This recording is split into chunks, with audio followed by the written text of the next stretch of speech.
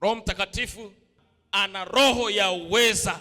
Roho ya uweza hii ni nguvu ya kiungu zinazomwezesha mtu kushinda changamoto, kuvumilia majaribu, kutimiliza kusudi la Mungu katika maisha yake.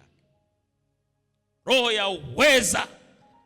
Huu uweza hauko dimension moja tu kwamba utafanya mambo miujiza, Mungu atakutumia kutenda miujiza. No. Huu uweza ndio utakao kuwezesha kupita kwenye moto bila kuathirika, pita kwenye majaribu, pita kwenye misukosuko bila kutikisika.